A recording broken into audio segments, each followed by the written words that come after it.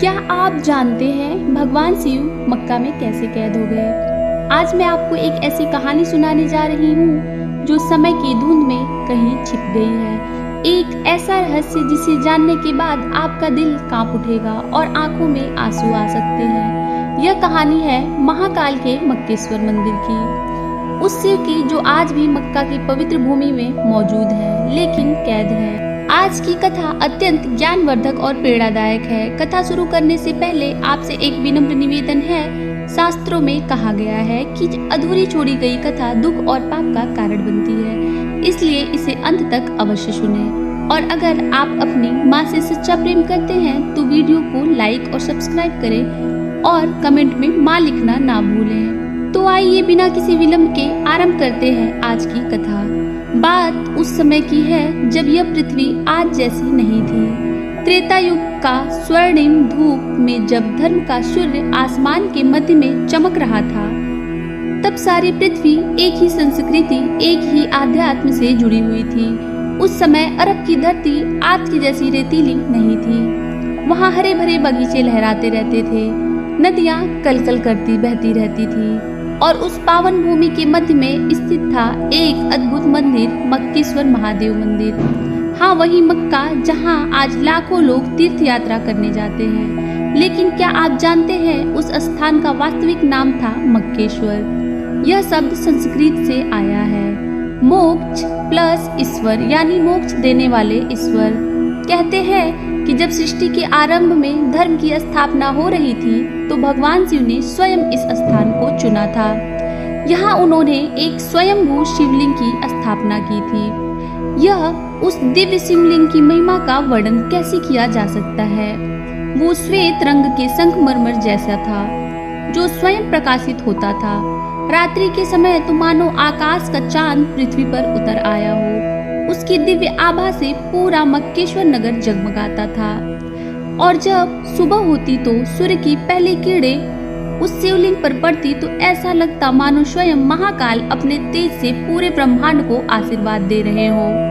उस काल में मक्केश्वर मंदिर की महिमा तीनों लोकों में फैली हुई थी।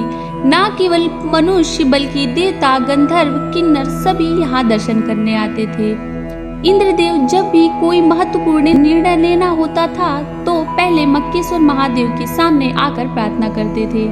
ब्रह्मा जी भी जब सृष्टि की रचना में कोई संशय होता तो यहीं आकर महाकाल से मार्गदर्शन मांगते थे।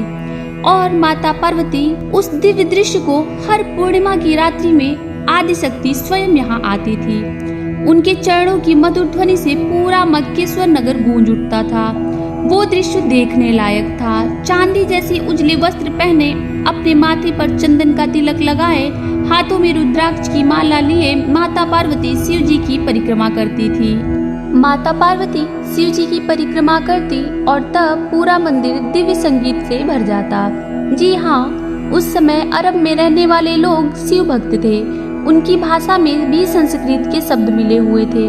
वे अल्लाह कहते थे जो अलग शब्द से बना हुआ था। अलग निरंजन यानी जो दिखाई ना दे।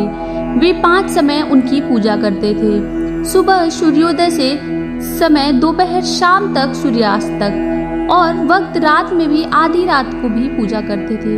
यह परंपरा आज भी कहीं न कहीं दिखाई देती है। और उनकी औरतें माथे पर तिलक लगाती थी, गले में रुद्राक्ष बांधती थी, पुरुष जटा रखते थे, भस्म लगाते थे और सबसे बड़ी बात, वे सभी रोज मक्केश्वर महादेव के दर्शन करने आते थे। कैसा सुंदर समय था। धर्म, अर्थ, काम, मोक्ष चारों पुरुषार्थ संतुलन में थे। कोई धर्म के नाम पर लड़ाई नहीं थी, कोई वैमनस्य नहीं था। सभी एक ही परमात्मा की संतान है और सभी उसी एक की उपासना करते थे। लेकिन समय का चक्र रुकता कहाँ है। द्वापर युग का अंत होने लगा। धर्म का सूर्य धीरे धीरे अस्त होने लगा और जैसे जैसे युग कलयुग का आया, कलयुग की छाया पृथ्वी पर पड़ी, वैसे वैसे लोगों के दिलों में अज्ञान की अंधकार भरने लगे। मक्केश्वर नगर में भी परिवर्तन होने लगा। जो लोग पहले प्रेम से शिव की उपासना करते थे वे अब संस्कारों का वास्तविक अर्थ भूलने लगे थे। वे केवल बाहरी क्रियाकलापों में उलझ गए। और तब आई वो काली रात्रि। कलयुग के प्रभाव से प्रभावित होकर कुछ लोगों के मन में एक विकृत विचार आया। उन्होंने सोचा कि अगर वे इस दिव्य शिवलिंग को छुपा दे तो केवल वे ही इसकी शक्ति के अधिकारी बन जाएंगे। हाय रे मानव और हाय रे मानव की मूर्खता! क्या वे नहीं जानते थे कि महाकाल को कैद नहीं किया जा सकता है? वे भूल गए थे कि शिव सर्वव्यापी है। सुनिए, अब मैं आपको उस रात्रि की कहानी सुनाती हूँ जिसे याद करके आज भी हृदय कांप उठता है।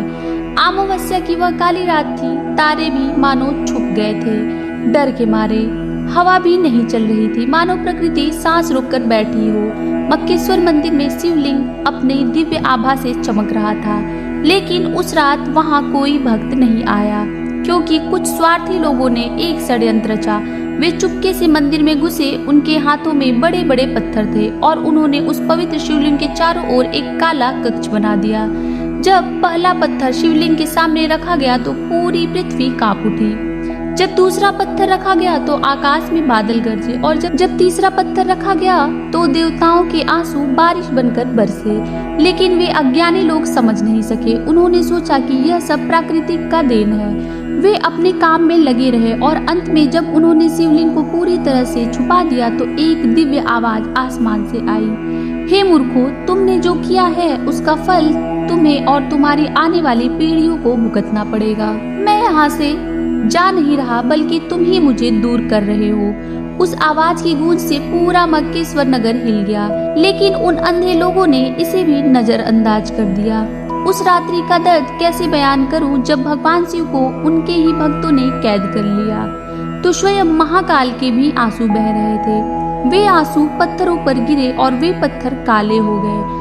आज भी वहाँ काला पत्थर वहाँ मौजूद है, जो शिव जी के दर्द की निशानी है। महादेव का हृदय करुणा से भरा था।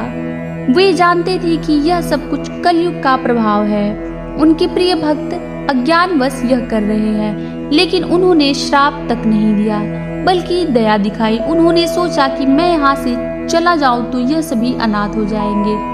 चलो इनके साथ ही रहता हूँ, जब समय आएगा तो स्वयं ही समझ जाएंगे। और इसलिए भगवान शिव आज भी वहाँ मौजूद हैं। कैद नहीं है, बल्कि अपनी संतानों के लिए इंतजार कर रहे हैं। जब माता पार्वती को यह पता चला कि उनके प्राण प्रिय को कैद कर लिया गया है तो आदिशक्ति का हृदय टूट गया। वे रो रो कर कहने लगी, नाथ, आपने तो कहा था कि आपके भक्त आपसे प्रेम करते हैं, फिर यह क्या हुआ? क्यों छुपा दिया उन्होंने आपको? शिव जी ने बड़े धैर्य से कहा, हे गौरी, यह कलयुग का प्रभाव है। मेरे भक्त अज्ञानवश यह कर रहे हैं। मैं उनसे रूठूंगा नहीं, बल्कि उनका इंतजार करूंगा। लेकिन माता पार्वती का दर्द कम नहीं हुआ। वे बोली, तो क्या अब मैं आपके दर्शन नहीं कर सकूंगी? महादेव ने मुस्कुराते हुए कहा, दर्शन तो तुम रोज करोगी प्रिय, लेकिन अब वह प्रकट रूप से नहीं, बल्कि गुप्त रूप से होगा। जब भी कोई सच्चे मन से मेरा स्मरण करेगा तो मैं उसके सामने प्रकट हो जाऊंगा। और तब से माता पार्वती भी गुप्त रूप से वहां आती रहती हैं। आज भी जब कोई सच्चे दिल से वहां प्रार्थना करता है तो आदिशक्ति की उपस्थिति महसूस होती है। धीरे धीरे समय बीतता गया। जिन लोगों ने शिवलिंग को छुपाया था वे भी एक दिन इस संसार को छोड़कर चले गए। उनकी आने वाली पीढ़ियां भूल गई कि वास्तव में वहां क्या छुपा हुआ है। नई पीढ़ियों को केवल यह बताया गया कि यह एक पवित्र पत्थर है जिसकी पूजा करनी चाहिए, लेकिन यह नहीं बताया गया कि यह पत्थर काला क्यों है और इसके अंदर क्या छुपा है। कलयुग के बढ़ते प्रभाव से लोग भूल गए कि यह स्थान मूल रूप से मक्केश्वर था। धीरे धीरे नाम बदलकर मक्का हो गया। संस्कृत के शब्द भूल गए और नई भाषा का जन्म हुआ, लेकिन कुछ बातें आज भी वैसी ही हैं। वहां जाने वाले लोग आज भी वैसे ही परिक्रमा करते हैं जैसे हजारों साल पहले शिव भक्त करते थे। वे आज भी उसी दिशा में प्रार्थना करते हैं और सबसे बड़ी बात, जब वे उस काले पत्थर को छूते हैं तो उनके दिल में वही शांति मिलती है जो कभी शिव के दर्शन से मिलती थी। आज भी वहाँ ऐसे कई संकेत मिलते हैं जो बताते हैं कि यह स्थान वास्तव में शिव का स्थान है। वो काला पत्थर जिसे आज हजरे अस्वद कहते हैं, वो वास्तव में शिव जी के आंसुओं से काला हुआ था। और देखिए, आज भी लोग उसे छूकर कैसी शांति महसूस करते हैं। वहाँ की परिक्रमा आज भी 7 बार की जाती है, ठीक वैसे ही जैसे शिव मंदिरों में की जाती है। क्या यह केवल संयोग है और जब लोग वहाँ इकट्ठे होकर प्रार्थना करते हैं तो उनकी आवाज ऐसे गूंजती है मानो वे ओम का जाप कर रहे हों। यहाँ तक कि वहाँ पहनने वाले सफेद कपड़े भी वैसे ही हैं जैसे कभी शिव भक्त पहना करते थे। कहते हैं कि जब गुरु नानक देव जी वहाँ गए तो उन्होंने उनकी सच्चाई को पहचान लिया था। वे जानते थे कि यह स्थान वास्तव में शिव का स्थान है, इसलिए उन्होंने वहाँ अपने पैर एक विशेष दिशा में किए थे जिससे यह संदेश दिया जाए कि परमात्मा हर दिशा में मौजूद है। जब लोगों ने उनसे पूछा कि आप ऐसा क्यों कर रहे हैं तो उन्होंने कहा, परमात्मा तो हर दिशा में मौजूद है, वह किसी एक स्थान पर कैद नहीं हो सकता। यह उनका संकेत नहीं था। भगवान शिव वास्तव में वहाँ मौजूद हैं, लेकिन वे कैद नहीं है, वे सर्वव्यापी हैं। आज के युग में जब विज्ञान ने भी बहुत प्रगति कर ली, तब भी कुछ रहस्य ऐसे जो अनसुलझे हैं। वैज्ञानिकों ने पाया कि वहाँ काला पत्थर वास्तव में पृथ्वी का नहीं है, यह कहीं और से आया है, लेकिन यह कहीं और का नहीं तो कहाँ का है और किस समय का है। जब देवता पृथ्वी पर विचरण करते थे और जब उस समय पत्थर की जांच की गई तो पाया गया कि इसमें कुछ ऐसे तत्व हैं जो सामान्यतः पृथ्वी पर नहीं मिलते हैं। यह भगवान शिव की दिव्यता का प्रमाण है। वह पत्थर उनके आंसुओं से बना है, इसलिए उसमें मुख्य दिव्य शक्ति है। शास्त्रों में लिखा है कि एक दिन सच्चाई सामने आएगी जब कलयुग का अंत होने लगेगा तो भगवान शिव स्वयं प्रकट होंगे। उस दिन वो काला पत्थर का आवरण हट जाएगा और पूरी दुनिया देखेगी कि वहाँ वास्तव में मक्केश्वर महादेव का शिवलिंग है। और तब सभी धर्म के लोग समझेंगे कि वे उसी समय की है और परमात्मा की पूजा कर रहे हैं। और तब सभी धर्मों के लोग समझेंगे कि वे सभी उसी एक परमात्मा की पूजा कर रहे हैं। केवल नाम अलग थे, लेकिन वास्तविकता एक ही थी।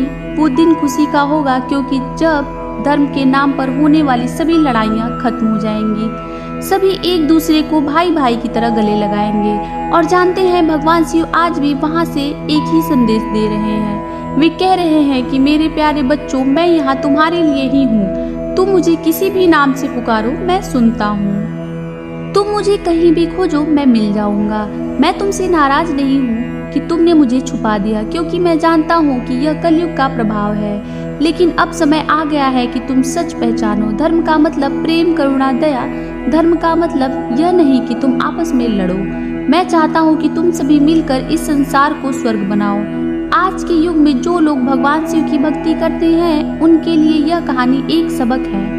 पार्वती भी प्रकट रूप से वहां आएंगी। वे अपने प्राण प्रिय शिव जी को कैद मुक्त देखकर खुश हो जाएंगी और तब वहां फिर से वैसा ही दिव्य वातावरण होगा जैसे कभी त्रेता युग में था। देवता, गंधर्व, किन्नर सभी आकर उत्सव मनाएंगे। पूरा ब्रह्मांड खुशी से झूम उठेगा और उस दिन सभी धर्म के लोग एक साथ मिलकर भगवान शिव का अभिषेक करेंगे। लेकिन आपको इंतजार करने की जरूरत नहीं है। भगवान शिव आज भी आपके साथ हैं। जब आप सच्चे मन से उनका स्मरण करते हैं तो वे आपके हृदय में प्रकट हो जाते हैं। जब आप दूसरों के साथ प्रेम और करुणा से पेश आते हैं तो वे आपके कर्मों में दिखाई देते हैं।